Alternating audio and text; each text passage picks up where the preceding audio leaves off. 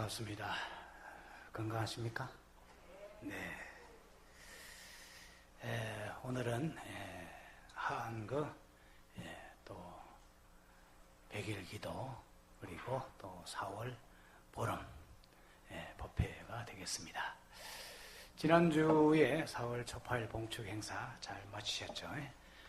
1년에 부처님 오신 날 큰 행사를 또 주의 스님을 모시고 여러 우리 대중 스님들과 불자님들이 잘 했습니다. 그날은 오전엔 비가 안 오다가 오후에 비가 조금 왔죠. 옛날에는 저희가 이제 어렸을 적에 주로 이제 일일등을 만들어서 마당에 많이 걸고 그 다음날 등을 이제 뜯어서 종이를 다시 뜯어서 철사를 분리해서 보관해서 또 내년에 등을 만들고 이렇게 했던 옛날 기억이 있는데 그 다음날 등을 뜯고 이럴 적에 제일 좋은 거는 보통은 이제 그날 저녁까지 날씨가 좋다가 밤에 한 12시 이후에 비가 오면은 정말 좋습니다. 왜냐하면 그 다음날 등을 뜯기에 종이로 된 등이기 때문에 뜯어내기가 물이 젖어서 저절로 잘 뜯어지거든요. 그래서 참 초파일날 밤 12시 이후에 비가 오기를 등 뜯으면서 이렇게 마음으로 생각하고 그랬던 건데 지난주에는 그래도 오후에 모든 이제 주요 메인 행사를 오전에 다 마치고 오후에 비가 와서 그래도 좀 다행스럽게 초파일 잘 행사를 마쳤습니다. 하안거 동안거라고 하면은 여러분들이 이제 익히 아시겠지만은 출가한 스님들이 한 곳에 모여서 외출을 금하고 수행 정진하는 제도를 말합니다. 이것은 출가 수행자뿐만이 아니라 우리 또 불자님들도 다 같이 부처님의 그러한 수행의 마음을 따라서 수행하는 자세를 갖추고 또 본인들도 스스로 기도하고 하는 그런 기간으로 삼는 것입니다. 이 5월은 부처님 오신 날만 있는 게 아니라 5월달에 뭐 여러 가지 가정의 달이라 해서 행사가 많습니다. 뭐 어린이날, 어버이날, 스승의 날 비롯해서 여러 가지 다양한 행사들이 많은 달이었는데 항상 옛날 3000년 전이나 지금이나 그런 말이 다 있답니다. 아이고 요즘 젊은이들은 버릇이 없어. 그러면서 또 자녀들한테는 아이고 제발 부모 말 좀 잘 들어라. 모든 자녀가 사실은 부모 마음에 100% 쏙 드는 자녀는 사실 좀 어렵습니다. 아무리 잘하는 자녀라고 하더라도 부모 마음에는 아쉽고 좀 더 잘했으면 싶고 나이 80, 90이 된 부모님도 50, 60이 된 자녀를 보면은 그저 아직은 좀 더 보살펴야 되는 그런 자식으로밖에 보이지 않습니다. 그래서 그러한 것들이 또 하나의 가정의 달의 이야기이기도 한데 최근에 이제 남북 관계가 많이 뭐 개선이 될지 또 앞으로 뭐 어떻게 변화가 될지는 알 수 없지만은 여러 가지 분위기가 많이 달라지고 있습니다. 그래서 보면은 남북 뭐 회담도 하고 또 여러 가지 한반도 평화 분위기가 조성이 되고 있는지는 뭐 좀 더 뭐든지 결과를 봐야 하는 거지만은 어쨌든 사람이 만나서 자꾸 이야기를 하다 보면은 좋은 결과가 나오지 않겠습니까? 만나지 않고 야 너는 어떻고 나는 어떻고 하다 보면은 사람이 서로 오해가 많이 쌓이고 그런 끝없는 불신이 조장이 되게 되는데 많이 만나면은 자꾸 대화하면은 좋아질 수 있다고 저는 생각합니다. 여러분들의 자녀분들도 뭐 다들 이제 성장들 하실 것이고 또 어린 뭐 손자들도 계실 것이고 또 청소년 청년기에 있는 자녀들도 계실 것입니다만은 그 자녀들이 부모 말을 이러한 그 남북관계 금방 이야기처럼 잘 될지 아니면 뭐 어떻게 될지는 미래에 대해서는 그 누구도 사실은 알지 못합니다. 그 여러분의 자녀들도 혹시나 이 말 안 듣는 이놈이 도대체 앞으로 뭐가 될런지 부모 속썩이는 이 아가 어찌 될런지 흔히 그러면서 비유해서 하는 이야기가 니도 부모가 돼봐야 내 마음을 알지 하고 그런 이야기를 하죠. 그거 같습니다. 모든 것은 내가 겪어보지 않고서는 그 마음을 100% 이해할 수 없습니다. 아무리 잔소리하고 가르치고 무슨 이야기를 한다고 하더라도 그 반대의 입장에서 생각해 본다고 하더라도 결정적으로는 내가 그 현실에 닥쳐봐야 본인이 진짜로 진실되게 느낄 수가 있습니다. 근데 우리 이제 그 1998년도에 우리나라 그 현대그룹이라고 하는 그 큰 회사를 일군 정주영 씨라는 분이 있었죠. 그분은 이제 돌아가셨지만은 그분의 고향이 강원도 통천군이라는 데랍니다. 그래서 거기가 이제 지금은 북한 땅이죠. 강원도가 남북한에 걸쳐 있으니까 그 땅에서 17살 때 아주 뭐 6남 2년가 하는 대가족의 장남으로 태어났는데 17살 때 이 시골에서 강원도 골짜기에서 농사 지어서는 안 되겠다라고 생각을 하고 가출하기를 여러 번 하다가 가장 큰 사고를 친 게 부모님이 아버지가 그때 당시에 소를 팔아서 장롱에 넣어둔 돈을 가지고 지금의 서울로 도망을 갔답니다. 17살 때 사업을 하겠다고. 부모님한테 아이고 소 판 돈 저 주세요. 제가 서울 가서 사업하겠습니다. 그러면은 17살 아이한테 누가 허락을 하겠습니까? 불가능한 일이잖아요, 사실은. 그런데 그때 당시에 소 한 마리 값이라고 하면 여러분 아시다시피 지금으로 그때 당시로 얘기하면 거의 집 한 채 값. 뭐 집 다음으로 재산 목록에 두 번째로 해당될 만큼 집에서 소중한 일도 하고 돈도 비쌌던 그런 시대입니다. 그때 돈으로는 70원이었다고 하대요. 70원이면 지금 뭐 도대체 얼마만의 가치가 있는지는 모르겠습니다만은 하여튼 그런 큰 돈을 들고 이 정주영 씨가 서울로 도망을 가서 어쨌든 결과론적으로는 대성공을 거두어서 우리나라의 큰 기업가가 되었습니다. 그걸 보면은 참 부모 말씀 잘 듣는 게 옳은 건지 부모 말 안 듣는 게 가끔은 괜찮은 건지 그 역시 알 수 없는 일이잖아요. 일제시대 때 안중근 의사라는 분이 계셨습니다. 이토 히로부미를 저격하러 갔었는데 만약에 어머니한테 제가 오늘 이토 히로부미를 저격하기 위해서 가겠습니다 라고 허락을 구했다면 그 어머니가 과연 허락할 수 있는 확률이 얼마나 되었겠습니까? 부모 마음은 또 그렇지 않잖아요.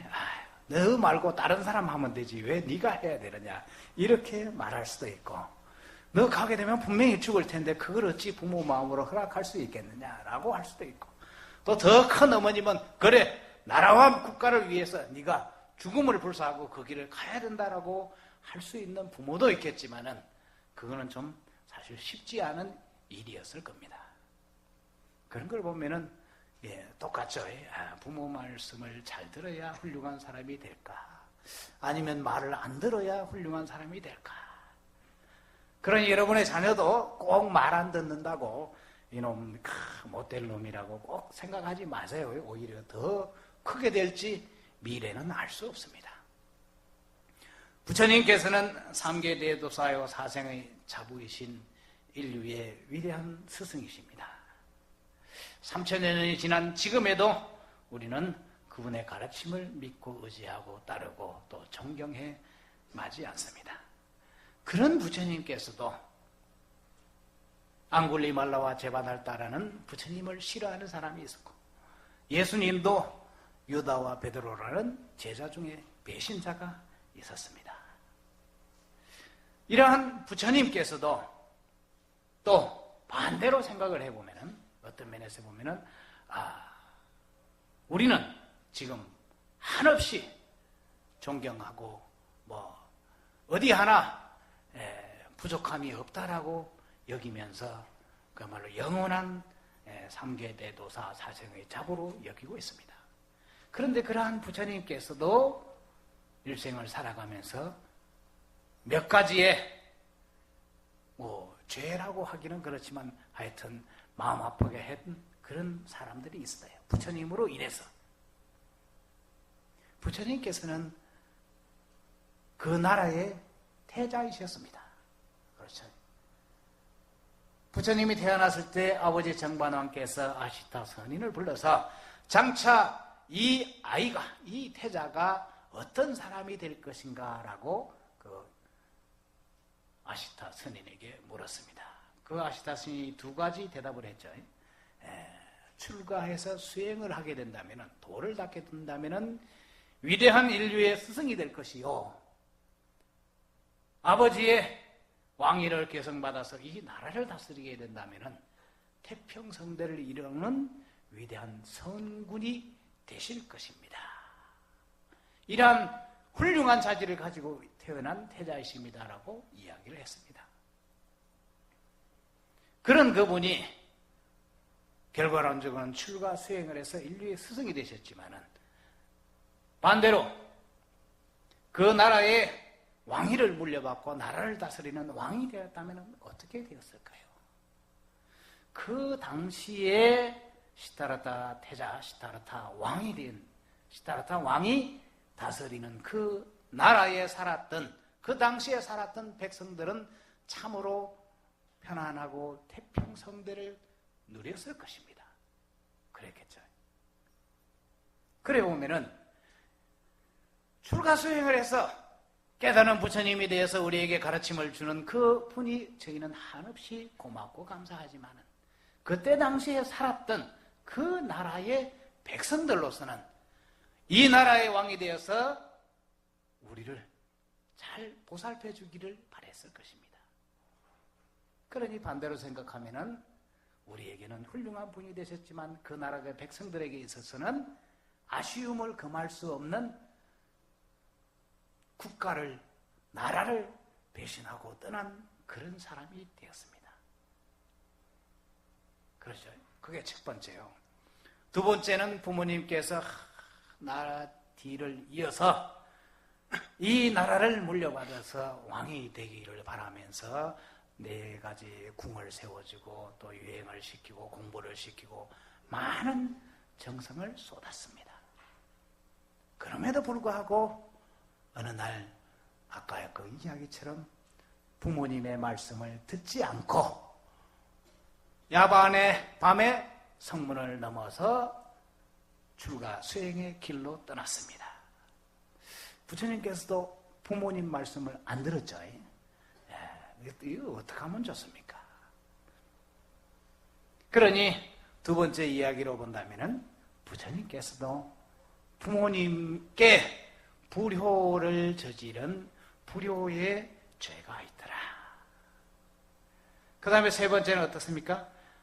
이 태자께서 26세에 야소다라 공주와 결혼을 했었습니다. 제발 출가하지 말고 새로운 색시도 얻어서 나라를 잘 다스려 주기를 바라는 마음에서 왕께서 그 아들에게 결혼을 시켰습니다.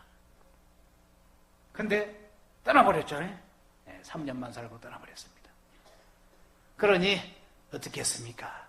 반대로 똑같이 우리는 그분이 출가하심으로 인해서 위대한 가르침을 받는, 지금도 부처님의 참 가르침을 받는 그런 제자들이 되었지만은 그 당시에 한 가정으로 생각한다면은 그 공주의 그 부인 태자비의 마음은 어떠했겠느냐? 흔히들 그렇습니다. 요즘에는 제가 1976년도 뭐 이럴 때 행자 생활을 하고 그랬었는데 그때는 행자절에 출가하는 스님들이 많았습니다. 제가 계를 받을 때만 하더라도 남자가 출가하는 제가 255명, 제가 수교를 받을 때 255명이었거든요. 지금은 거의 한 1년에 전국에 다 모아서 하는데도 불구하고 한 50명, 한 5분의 1가량 인원이 줄었습니다. 여러 가지 이유야 많겠지만은 다들 똑같습니다. 여러분들도 신도님들, 아이고, 청년, 고등학교, 대학생들, 청년 보면은, 아이고, 여야 출가해서 스님 되면은 참 훌륭하겠다. 스님, 내 아들은 안 됩니다. 라고 이야기합니다. 근데 남의 아들 출가해서 아이고 그 집안 두루 가족이 다 산원의 8천까지 출가하신 스님이 한 분 있으면 그분 집안이 다 복을 받으실 것입니다. 저희가 이제 그 출가한 이후에 지난주에 저희 이제 그 아버님께서 속가 아버님께서 85세로 지난주에 이제 돌아가셨습니다. 그러면서 제가 이제 가서 아버님 장례를 잘 모시고 왔는데 주변에 많은 분들이 또는 조문을 하러 온 분이나 저희 형제들이나 너무나 하여튼 그 우리 또 주의 스님께서도 잘 배려해 주시고 해서 굉장히 기쁘더라고요. 제가 있어서 하여튼 많은 스님들이 하루 종일 와서 기도해 주고 우리 아버님께서 평생 들은 연불소리보다 돌아가시고 장례식 치르는 그 순간에 들은 연불소리가 더 많을 정도로 많은 스님들이 연불해 주고 이웃 그 옆에 장례식장에 사람들이 이 집에는 도대체 무슨 아들들이 있기에 전국의 스님들께서 화환과 기도를 계속해서 오시니까 저로서는 참 굉장히 고맙고 또 부처님 제자로서 살아왔던 게 너무나 감사하다는 그런 일들이 지난주에 잠시 있었습니다만 그런 때도 그런 느낌이 들더라고요. 근데 여러분들도 그러잖아요. 아이고 출가하신 분 참 다 복받는데 아이고 내 아들을 출가시키기는 참 쉽지 않습니다. 그래서 그때 당시에 정반왕의 마음도 그랬을 것이고 야수다나 공주의 마음도 그랬을 것이고 어린 태자 라훌라를 기르지 않고 자식을 버리고 야광도주를 했으니 양육을 하지 않았잖아요. 그것도 그 해당 당사자의 마음으로서는 굉장히 비할 데 없는 가슴 아픈 일이었을 겁니다. 그러니 세상 일이 어디 완벽하지는 않겠다. 모든 사람을 중국의 옛날 원규 대사라는 분이 이런 주장을 했습니다. 부처님께서도 세 가지만큼은 불가능하실 것이다. 다 훌륭하시지만은 업보가 결정이 된 그 업을 다 해소해 줄 수 없고 모든 중생을 다 제도할 수 없고 인연 있는 사람을 또한 제도할 수 없다라고 했습니다. 그런 주장을 했습니다. 이렇게 도선사 좋은 노량 푸른 산 맑은 공기 와서 기도하고 부처님의 법문 듣고 감사의 마음을 잘 느끼고 가시는 여러분은 더없이 행복한데 아예 안 오는 사람을 어떻게 제도합니까? 방법이 없습니다. 소도 물까지 끌고 갈 수 있지만 물을 먹고 안 먹고는 소나 말 지가 하는 거지 강제로 먹이기는 어렵습니다. 마찬가지로 그러한 주장을 했는데 부처님께서도 그와 같은 큰 결정을 했기 때문에 그 이후에 출가 이후에 다시 아들과 부인과 왕에게도 더 큰 그러한 가슴 아픈 일이 있었지만 더 큰 가르침을 전해주셨고 또 나올라는 제자로도 삼으셨습니다. 그래서 그와 같은 일들이 큰 결정을 통해서 만중생을 사랑하는 대자 대비심이 계셨기에 시간과 공간을 넘어서 수천 년이 지난 지금에도 인류의 위대한 스승이 되셨고 우리가 한없이 존경하고 그분의 가르침을 믿고 의지하고 따르는 것입니다. 우리가 수행을 하는 이유가 바로 우리도 부처님같이 나도 부처님처럼 되기 위해서 좀 더 큰 마음으로 넓은 마음으로 살기 위해서 이렇게 기도하고 부처님의 가르침을 배우는 것입니다. 이런 시가 있습니다. 밉게 보면은 잡초 아닌 풀이 없고 곱게 보면은 꽃 아닌 사람이 없어되 그대를 꽃으로만 볼 일이로다. 덮으려고 들면 못 덮을 허물이 없어되 누구의 눈에 들기는 힘들어도 그 눈 밖에 나기는 한순간이더라. 손은 사람을 머물게 하고 칭찬은 사람을 가깝게 하고 넓음은 사람을 따르게 하고 깊음은 사람을 감동케 하니 마음이 아름다운 자여 그대 그 향기에 세상이 아름다워라 라고 이채라는 시인이 적은 시의 일부분입니다.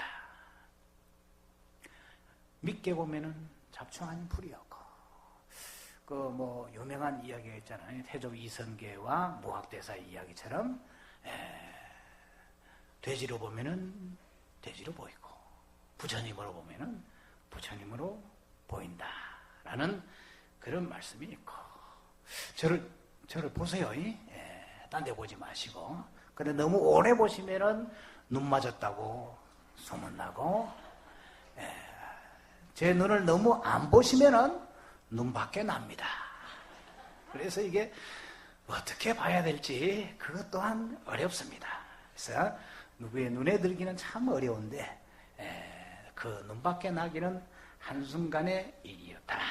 마음이 아름다운 자여 그대 그 향기에 세상이 아름다워라. 부처님께서 큰 결정을 하시고 또 인류의 스승이 되셨기 때문에 그 부처님의 그 향기에 세상이 지금도 아름다워라. 그것은 시간을 넘어서 또 공간적인 먼 거리에 있지만 지금 지구촌 반대쪽에서도 그분의 가르침에 깊이 감동하지 않을 수 없는 바입니다. 부처님 오신 날 지난주 지냈죠. 또 그러한 부처님의 향기가 더없이 여러분의 가정에도 함께 하시기를 언제나 축원드리겠습니다. 좋은 날 되시기 바랍니다. 선불하십시오. 오늘